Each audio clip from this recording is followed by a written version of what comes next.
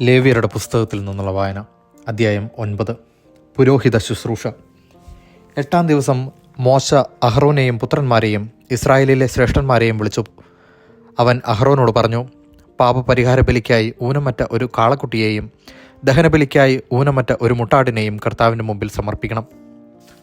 Israel ജനത്തോട് പറയുക, പാപപരിഹാര ബലിക്കായി ഒരു കോലാട്ടിൻ മുട്ടനെയും ദഹനബലിക്കായി ഒരു വയസ്സുള്ളതും ഊനമറ്റതുമായ ഒരു കാളക്കുട്ടിയെയും ഒരു ചെമ്മടിയാടിനെയും സമാധാന ബലിക്കായി ഒരു കാളയെയും ഒരു മുട്ടാടിനെയും കർത്താവിൻ്റെ മുമ്പിൽ ബലിയർപ്പിക്കുവാൻ കൊണ്ടുവരുവിൻ.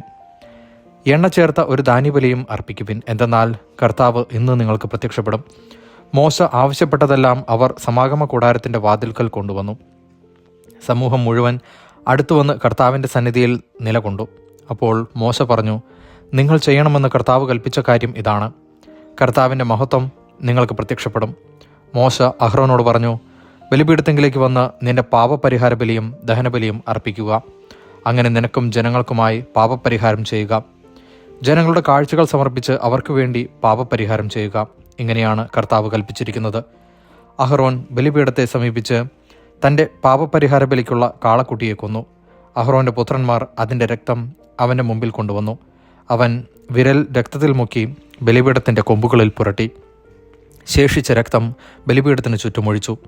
കർത്താവ് മോശയോട് കൽപ്പിച്ചിരുന്നതുപോലെ ബലിമൃഗത്തിൻ്റെ മേധസ്സും വൃക്കകളും കരളിന് മുകളിലുള്ള നെയ്വലയും ബലിപീഠത്തിങ്കിൽ വെച്ച് ദഹിപ്പിച്ചു. മാംസവും തോലും പാളയത്തിന് വെളിയിൽ വെച്ച് അഗ്നിയിൽ ദഹിപ്പിച്ചു. അഹ്റോൻ ദഹനബലിക്കുള്ള മൃഗത്തെയും കൊന്നു. അവൻ്റെ പുത്രന്മാർ അതിൻ്റെ രക്തം അവൻ്റെ അടുക്കൽ കൊണ്ടുവന്നു. അവൻ അത് ബലിപീഠത്തിന് ചുറ്റും തളിച്ചു.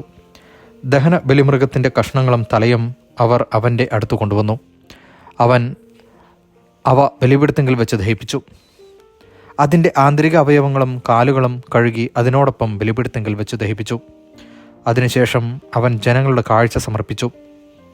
പാപപരിഹാര ബലിയായി അവർക്ക് വേണ്ടി ഒരു കോലാടിനെ കൊണ്ടുവന്നു കൊന്നു. അതിനെ ആദ്യത്തേതിനെ പോലെ തന്നെ സമർപ്പിച്ചു. അനന്തരം ദഹനബലി വസ്തു കൊണ്ടുവന്ന് വിധിപ്രകാരം സമർപ്പിച്ചു. പ്രഭാതത്തിലെ ദഹനബലിക്ക് പുറമെ ധാന്യബലിയും സമർപ്പിച്ചു. അതിൽ നിന്ന് ഒരു കൈ നിറയെ എടുത്ത് ബലിപീഠത്തെങ്കിൽ വെച്ച് ദഹിപ്പിച്ചു. അഹ്റോൻ ജനങ്ങൾക്ക് വേണ്ടി സമാധാന ബലിയായി കാളയെയും മുട്ടാടിനെയും കൊന്നു. പുത്രന്മാർ അതിൻ്റെ രക്തം അവൻ്റെ അടുക്കൽ കൊണ്ടുവന്നു. അവൻ അത് ബലിപീഠത്തിന് ചുറ്റും തളിച്ചു. അവർ കാളയുടെയും മുട്ടാടിൻ്റെയും കൊഴുത്ത വാലും ആന്തരിക അവയവങ്ങളെ പൊതിഞ്ഞുള്ള മേധസ്സും വൃക്കകളും കരളിന്മേലുള്ള നെയ്വലയും എടുത്തു. അവർ മേധസ് മൃഗങ്ങളുടെ നെഞ്ചിനുമീതെ വെച്ചു. അവൻ മേധസ് ബലിപീഠത്തെങ്കിൽ വെച്ച് ദഹിപ്പിച്ചു. മോശ കൽപ്പിച്ചിരുന്നതുപോലെ നെഞ്ചും വലത്തെ കുറകും അഹ്റോൻ കർത്താവിൻ്റെ സന്നിധിയിൽ നീരാജനം ചെയ്തു. അതിനുശേഷം അഹ്റോൻ ജനത്തിൻ്റെ നേരെ കൈകൾ ഉയർത്തി അവരെ അനുഗ്രഹിച്ചു.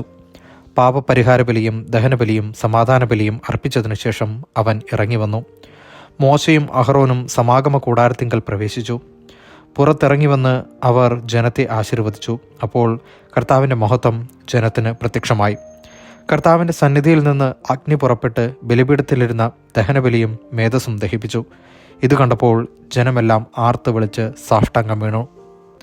ദൈവവചനമാണ് നാം കേട്ടത്.